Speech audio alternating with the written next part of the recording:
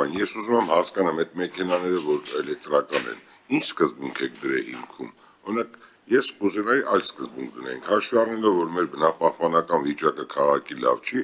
ես կուզենայի, որ էլեկտրական մեքենաները ավելի շատ ծառայություն մատուցեն, քան ֆիզիկական անձերինը լիներ, որ ավելի շատ քշվեր այդ մեքենան ու մեր էկոլոգիան չփչանա դրա փոխարեն մյուսը չէ։ Ուզում ասեմ դուք էկոնոմիկայի նախարարություն եք, մենակ դες բերել տանելով չի, բայց դրա շարունակությունը տրամաբանական, որ մեզ պետք է օգուտ տա։ Խնդրում եմ այդ հարցը ձեր մոտ նշեք, որ մյուս անգամ մեր լուծումը այն լինի, որ մենք օգնենք, աջակցենք, թեկուզ մի գումար էլ տանք, որ այդ ծառայություն մատուցող կառույցները այդ մեքենան բերում։ Մարդը բերում է սեփականատերը կարող է շաբաթվա մեջ 3 օր չի վարում այդ մեքենան, չի օգտագործում։ Մենք ինչ ենք ուզում անենք դեռ այս սկզբում։ Մինչև կշատանան ավելի լավ լինի։ Շնորհակալություն։ Այն կողմից կարծիք որպես Պարոն, այդ հարցն ենք ուսումնասիրել։ Իրականում այո, տարբերություն չենք դրել, բայց այնպես է ստացվել, որ այս անհատներով բերվածների մի զգալի մասը հենց այսպես ասած բերվել են տարբեր հիմնականում հենց այդպիսի նպատակներ, օրինակ տաքսի ծառայությունների համար են բերվել եւ այլն եւ այդպես վիճակագրություն հանեք, հասկանանք, որտեղ չի կարա լինի։ Դուք տալիս եք արտոնություն, բյուջե չի գալի այդ գումարը, բայց դուք տալիս եք, որ հետո ինչ լինի դա։ Նշանակում է ֆինանսների նախարարը թող ասի, եթե դուք դրանից գումար չեք վերցրել, նշանակում է դուք արտոնություն եք տվել։ Այդ գումարը պետք է գար բյուջե, ճիշտ է։ Ասել եք չենք ուզում, բա որ չեք ուզում ինչ է դառնալու դա։ Մեկը տանի իր ավտոտնակում կանգնացնի ոչ մի բան չանի, շաբաթը մի անգամ վարի, չեմ ուզում։ Տվեք բոլորը թող ծառայություն մատուցեն, դիստրիբուցիա կլինի, տաքսուտակ կլինի, չգիտեմ, օդանավականից տուրիստ կտեղափոխի, թող գնա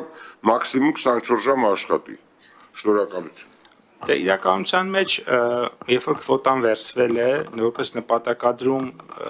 ընդհանուր նպատակադրում է սահմանվել կանաչ տեխնոլոգիաների զարգացումը, բայց հաջորդիվ այլ նպատակադրում նաև ունենք, էական չի նոր քվոտա կունենանք թե ոչ, դա առանձին քննարկման հարց է եւ միայն Հայաստանի որոշման տիրույթում չէ, այնուամենայնիվ հիմա մենք ավելացված արժեքի հարկից ազատման արտոնություն ունենք, որը շարունակվելու է գործել, այդ արտոնության պարագայում մենք մտադիր ենք ըստ էության մինչև 2 տարվա մեքենաների համար դա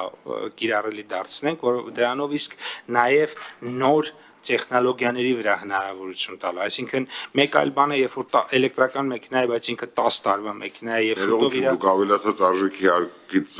ազատելու եք, չեք կապելու իր գործունեության հետ։ Նկատում եմ, եթե նա տանի ծառայություն մատուցի, ընթացքում ավելացած արժեքի հարկը գոյանալու, դուք կարաք այդ գումարը տեղափոխեք իրան, ասեք, դուք 2 տարվա մեջ մարեք։ Դրանով նույնպես կնպաստեք բնապահպանական խնդիրների լուծմանը։ Քննարկման հարց է, քաղաքականության որոշման հարց է, նորից էլի պետք է գեներացնի, չէ՞, պետությանն է դա ձեռնտու, քաղաքականության։ Դե ամեն դեպքում այս բանը Հայաստանի Հանրապետության շահը է դա պահանջում շնորհակալություն։ Այս բանը ազգային ժողովը այդպես է որոշել եւ կառավարություն ստիպված բնականաբար կանի այն ինչ որ ազգային ժողովը որոշել է ազգային ժողովի տիրույթում է այս բան ու իսկ ինչ վերաբերում է 2 տարվա սահմանափակումը դա արդեն նորից ակտիվ մենք քննարկումների մեջ ենք։ Հիմա ֆինանսների նախարարը խոսք է ուզում, երևի թեման այնքան է որ շա պետքա տրամադրել։ Կարճ ուղղակի ռեպլիկ անեմ սրա հետ կապված, որ մենք նաև պետքա լավ հասկանանք, թե ինչն ենք անվանում էլեկտրական մեքենա, որովհետև օրինակ պարոն Պապույանի կողմից նշված մեքենաների մի մասը ունեն նաև բենզինով են աշխատում եւ հետեւաբար, այսինքն կա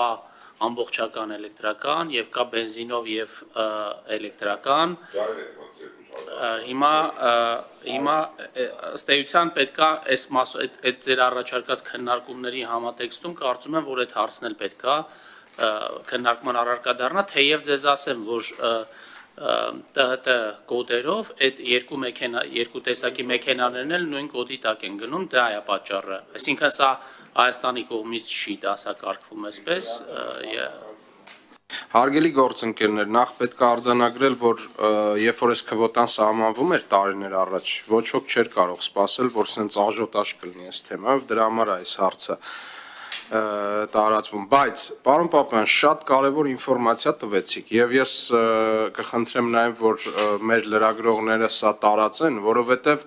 այսպես ասած մեքենայի վաճառքով զբաղվող Հայաստանի Հանրապետության քաղաքացիների մոտ հենց այն կարծիքն է, ինչը որ ես փոխանցեցի, օրինակ մասնավոր բազմաթիվ զրույցներ ա եղել, ինձ դիմել են, ասել են, սենց անօրինականություն ա կատարվում եւ այլն, եւ ոչ միայն ինձ, նաեւ այլ падգամավորների։ Փաստորեն ուսումնասիրությունը ցույց է տալիս, որ դա այդքան էլ այդպես չի եւ այդ ինֆորմացիան պետքա տարածվի, որ մեր մեքենան ներկրողները իմանան, որ այն, որ իրենք ասում էին դիլերները ֆիզիկական անձանց անուններով են բերում դրա համար մեր քվոտան սպառվել է, դա այդպես չի ընդհանուր առմամբ։ Իհարկե ուսումնասիրության վերջում